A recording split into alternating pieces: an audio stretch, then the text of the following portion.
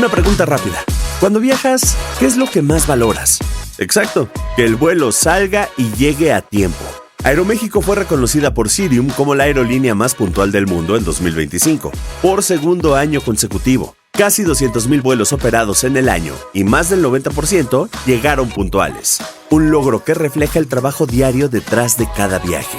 Porque para Aeroméxico, ahorita es ahorita. Lo que hay que saber. Expansión Daily. El Mayo Zambada es sentenciado a cadena perpetua. Empresas de Estados Unidos rechazan endurecer las reglas de origen para desplazar a China y la conversación del Mundial no la ganaron los patrocinadores, sino los fenómenos virales. Es martes 21 de julio. Yo soy Mónica Alfaro y esto es Expansión Daily. Expansión Daily. Toda la información en voz de los editores de Expansión. Expansión Daily. Lo que hay que saber. Te doy la bienvenida a este episodio de Expansión Daily. Antes de arrancarnos con la información, les cuento que, como saben, desde hace algunos días Nu ya está autorizado para operar como un banco y es importante entender las implicaciones que esto tiene en nuestro sistema financiero nacional. Por ejemplo, en cuanto a competencia, ya que esto podría aumentar y mejorar la oferta de productos y servicios y que los usuarios seamos los que salimos ganando. Así que les dejo las ligas del episodio de Cuéntame de Economía en la descripción de este daily para que puedan verlo o escucharlo como prefieran, terminando de informarse. Y hoy está conmigo Dulce Soto, reportera de Expansión Política, porque abrimos con un tema de política muy importante. Buenos días, Mónica. Hola, ¿escuchas?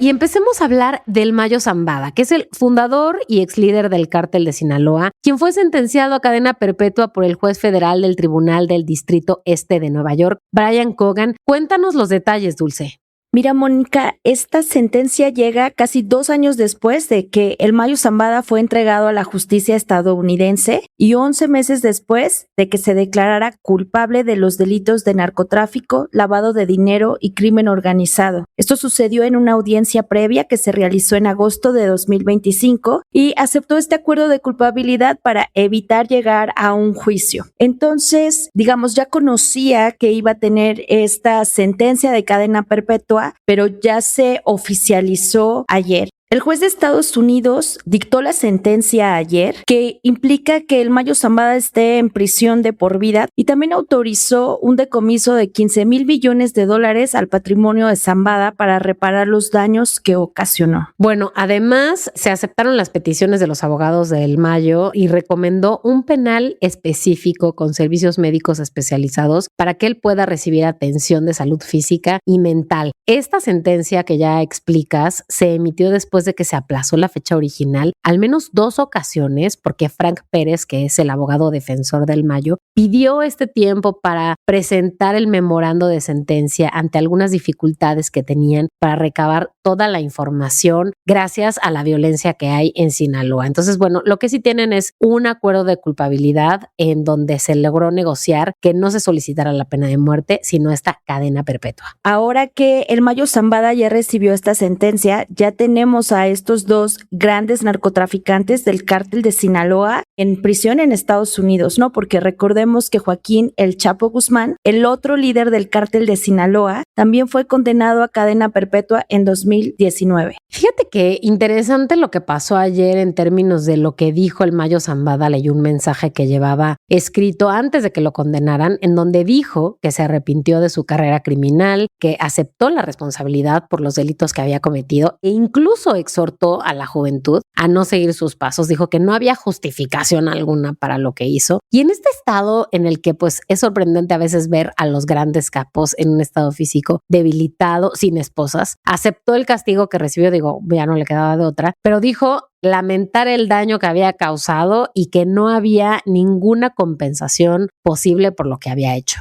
Así es, fíjate que en este mensaje también señaló que él mismo había crecido en un ambiente violento, como ocurre en muchas partes de México, pero sí comentó que eso no es excusa para los actos delictivos que él llevó a cabo. Incluso dijo que la violencia debe terminar en México porque esto lleva a que se pierdan demasiadas vidas, a que se destruyan familias y porque incluso arrastra a los jóvenes a una vida sin futuro. También declaró que nadie ganará esta guerra. O sea, recordemos que desde que fue detenido en 2024, En Sinaloa existe una guerra entre dos facciones del cártel de Sinaloa que ha dejado un saldo muy triste. Cuesta trabajo, ¿no? Creer las palabras como estas de un personaje como este, ¿no? Es difícil pensar, déjame ponerlo así en pocas palabras, en el verdadero arrepentimiento después de todo lo que ha pasado, ¿no? Su abogado, el abogado de Del Mayo, dijo que su cliente no está cooperando con los fiscales, que no está acusando a ningún funcionario y que no ha hecho tampoco tratos con nadie. Y el juez Brian Cogan explicó que la declaración de culpabilidad de Zambada evitó este juicio complejo, costoso y llegar a esta sentencia rápidamente. Dijo que la prisión de por vida es la condena más justa que le corresponde por sus crímenes al Mayo Zambada. Y bueno, pasando a otros temas que también están sucediendo en tierras estadounidenses, pero ahora en el contexto en el que Washington prepara la mayor revisión del TEMEC desde su entrada en vigor, las grandes empresas de Estados Unidos que en su momento trasladaron parte de su producción hacia México para reducir costos, para acercarse a su principal mercado y más recientemente para depender menos de China, estas empresas advirtieron que se debe reforzar la manufactura regional, es decir, del norte de Norteamérica, incluyendo México y Canadá, sin desarmar la red de proveedores que convirtió a esta región en una sola fábrica. Así es, este es un tema muy importante porque incluso una plataforma relevante para las empresas de Estados Unidos, que es el United States Council for International Business, envió una carta dirigida al representante comercial de Estados Unidos en donde piden extender el tratado hasta 2042. Y esta red, digamos que es muy importante, rechazó un endurecimiento generalizado de las reglas de origen, que es una de las principales medidas que analiza la administración de Donald Trump para la revisión del acuerdo. Y esa petición de Jamieson Greer que decías hasta el 2042 justamente hace referencia a los 16 años más que en teoría se iba a poder extender de manera automática el TEMEC, pero que bueno, que hasta el momento no ha sucedido y como ya hemos dicho aquí en otros episodios, estamos en el momento de revisiones anuales, al menos ahí estamos por ahora. Y lo que dice esta organización que mencionabas, lo que hacen es representar al sector privado estadounidense, ¿no? Ante la OCDE, ante la Cámara de Comercio Internacional. Y lo que dicen es que sí, efectivamente, lo que coinciden con la Casa Blanca es que la idea es producir más dentro de Norteamérica,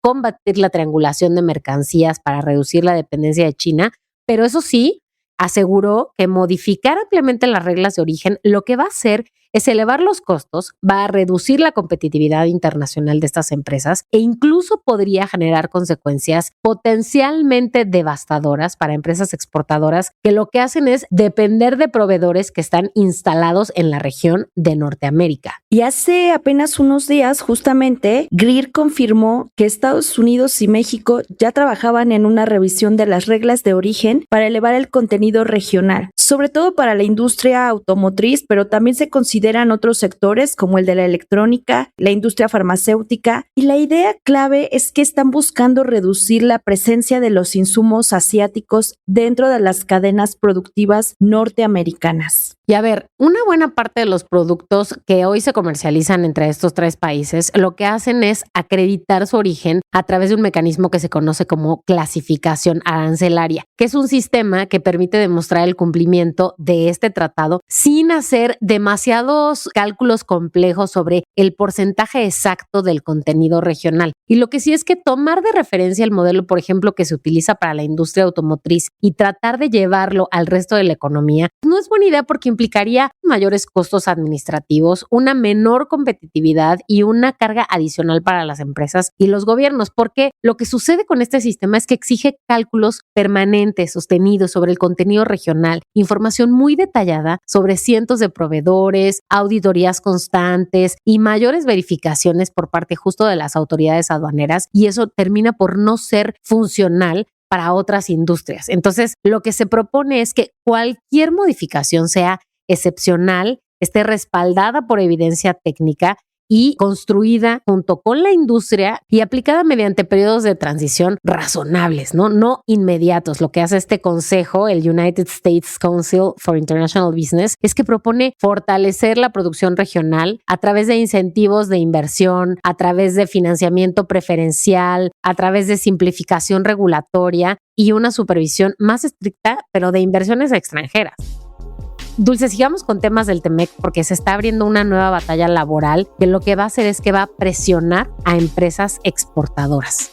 Y es que estas revisiones anuales están poniendo otra vez en la mesa el cumplimiento laboral. Es decir, esto es clave en la relación comercial entre estos tres países. Y México debe demostrar avances en la libertad sindical, en la negociación colectiva. Si no lo demuestra, si no lo logra, puede elevar la presión sobre las empresas. Ese escrutinio se concentra en compromisos que ya asumió antes el Estado mexicano, pero sus efectos, lo que va a suceder es que podrían extenderse sobre el resto de la economía y se podría abrir la puerta a una nueva etapa de cambios regulatorios para las empresas. Con el TEMEC lo que se hizo fue que se incorporó por primera vez un mecanismo llamado Mecanismo Laboral de Respuesta Rápida, que es conocido por sus siglas MLRR. Lo que es una herramienta que te permite investigar en plazos cortos, en plazos reducidos, presuntas violaciones a la libertad de asociación y a la negociación colectiva en algunas instalaciones que producen bienes o servicios para el comercio entre los tres países, y que esto puede terminar en sanciones comerciales dirigidas a una planta en específico. Aunque, el principal objetivo del mecanismo en inicio era la industria automotriz, una industria muy importante en México que genera más de 2 millones de empleos y que representa el 36% de las exportaciones manufactureras. Sobre este tema, algunos especialistas consideran que el siguiente desafío es fortalecer los sistemas internos de cumplimiento, revisar las relaciones sindicales y documentar adecuadamente los procesos de negociación colectiva antes de que surjan nuevas controversias. Y es muy interesante porque la supervisión ya no se va a limitar únicamente a una planta exportadora, sino que va a alcanzar la relación con proveedores. Y esto obligará a tener una mayor coordinación entre las áreas de recursos humanos, con las relaciones laborales, en asuntos jurídicos y de comercio exterior. Así que esto es muy importante. Un incumplimiento laboral puede trascender el ámbito jurídico y podría afectar las exportaciones, las cadenas de suministro y hasta las inversiones. Sí, lo que nos dice nuestra colega Nancy Malacara, que es la autora de esta nota, es que las organizaciones sindicales explicaron que el gobierno de Estados Unidos está muy en descontento con los avances que ha habido a raíz de la reforma laboral, porque hay sindicatos que siguen siendo una simulación y que realmente no ha habido avances sustanciales en términos laborales. El gobierno mexicano pues dice que sí.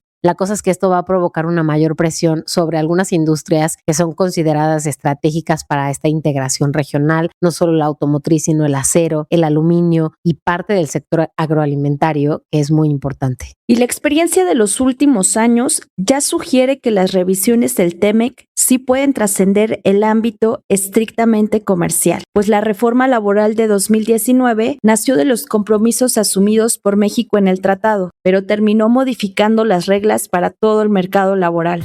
Y Dulce, ya dejemos de lado temas relacionados con nuestro vecino del norte y más bien veamos ahora un poco para adentro. Hablemos de cómo el INE está asumiendo con muchas limitaciones esta nueva tarea de filtrar las candidaturas con posibles vínculos delictivos o con conductas irregulares para las elecciones del 2027. En esta nota de nuestra colega Karina García dice que hoy esto implica por primera vez que el INE se vuelve este actor clave en la revisión de integridad de quienes buscan un cargo en la elección popular. Una chambota, Dulce. Es una tarea enorme, un trabajo muy grande y como bien dijiste desde el inicio, que además tiene que hacer con una situación de muchas limitaciones. El organismo electoral tiene que asumir esta nueva obligación que se la dio la reforma electoral que propuso la presidenta Claudia Sheinbaum, sin tener los tiempos adecuados para hacerlo, ni un presupuesto suficiente y tampoco las facultades legales. Y además el INE ya se ha enfrentado en otras ocasiones a que las autoridades judiciales, hacendarias y bancarias le nieguen información de este tipo. Claro, y esa es información crucial para poder evaluar estos perfiles, ¿no? Lo que tiene que hacer el INE es crear una comisión de verificación de integridad en candidaturas y con eso hacerse de información de instancias en materia de seguridad, de inteligencia, procuración de justicia, procuración de información financiera relativa. El problema es que a miles de candidatos federales y locales que van a competir en el 2027 y coordinarse con esas para realizar un análisis de riesgo. O sea, esto quiere decir que dependerá totalmente de la Fiscalía, de la Unidad de Inteligencia Financiera, la UIF, de cuerpos de seguridad y de justicia federal y de los estados o de cuerpos de inteligencia para poder hacer su trabajo de manera efectiva. El asunto punto es que se podría responsabilizar al INE de que lleguen a cargos importantes estos personajes con vínculos criminales cuando las investigaciones de carácter penal son de las fiscalías y que el acceso a la información necesaria y el respeto a los plazos pues serían cruciales para que el INE pudiera realmente revisar estos perfiles como debería ser.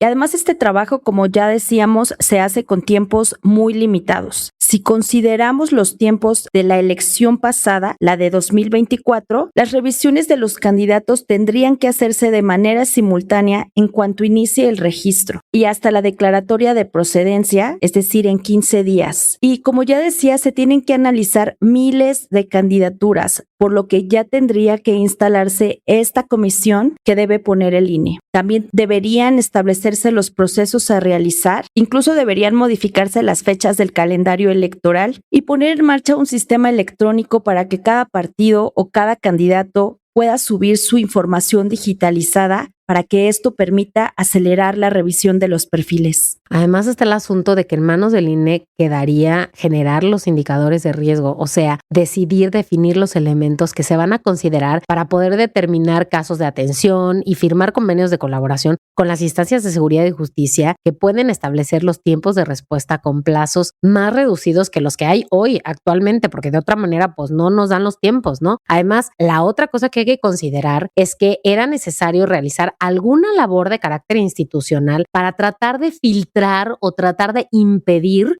que personas que están vinculadas a la delincuencia organizada terminen siendo candidatos o peor aún que ganen. La cosa es que los expertos dicen que la comisión es insuficiente, que no va a funcionar si no les dan personal, presupuesto ni apoyos institucionales para contar con esta información y va a terminar siendo un trámite que va a terminar en un fracaso. O sea, sin presupuesto, muy buena idea, pero no va a poder ser una realidad. Dulce, en fin, ya habiendo terminado el Mundial, no solo salió ganón España, no solo ganaron los patrocinadores, hay otro fenómeno que salió ganando. Aunque no lo parezca, no todo está perdido. Expansión Daily. Y me refiero a los fenómenos virales que son, la verdad, los máximos ganadores de este torneo, según la información de nuestra compañera Nancy Malacara. Y claro, según recordamos todos, al inicio del Mundial de Fútbol, bueno, muchas marcas como que estaban siendo muy cuidadosas, ¿no? Andaban cuidando los términos protegidos, los escudos, los uniformes, cualquier cosita que pudiera sugerir una relación comercial con la FIFA y que pudiera hacerles caer una multa. Otras prefirieron guardar silencio porque un post desafortunado se puede interpretar como ambush marketing y te cae una sanción cerca de los 29 millones de pesos. Pero eso se acabó cuando la cosa empezó a caer en los aficionados y empezamos a hacernos nuestras historias y empezaron a existir fenómenos como el Pato Merlín con su playera de México y que se convirtió en la mascota no oficial del torneo, con el famoso ICC, con la famosa campaña de no al inglés. En fin, ¿cómo viste tú estos fenómenos?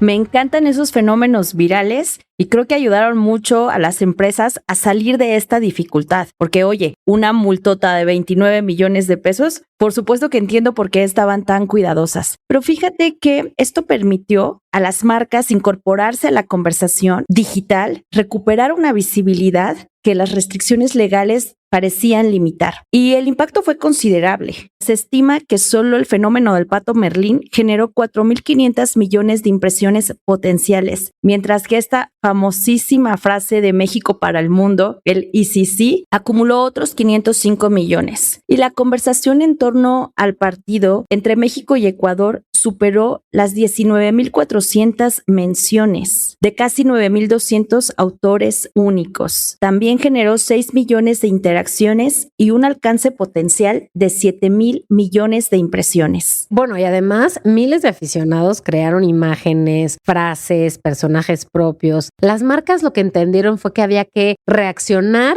de manera muy ágil, entender qué estaba pasando y subirse a un fenómeno sin romper las reglas, ¿no? Y lo que termina sucediendo es un modelo social first, en el que las redes sociales dejan de funcionar nada más como el último canal para distribuir una campaña preparada con meses de anticipación de esas de las grandes empresas y hasta alcanzó a las áreas legales y a los procesos internos. La cosa es que reaccionar rápido no basta para garantizar la relevancia y para garantizar que algo que publique una marca funciona bien, porque a lo mejor pasa absolutamente inadvertida hasta que algo tiene el tono indicado para la comunidad y tiene una relación real con la gente y con la audiencia. Dulce, dime cuál fue tu favorita, si la de No al Inglés, la de ICC, la del Pato, ¿cuál fue la tuya? Mónica, la verdad es que yo me quedo con el ICC. Es una frase muy divertida.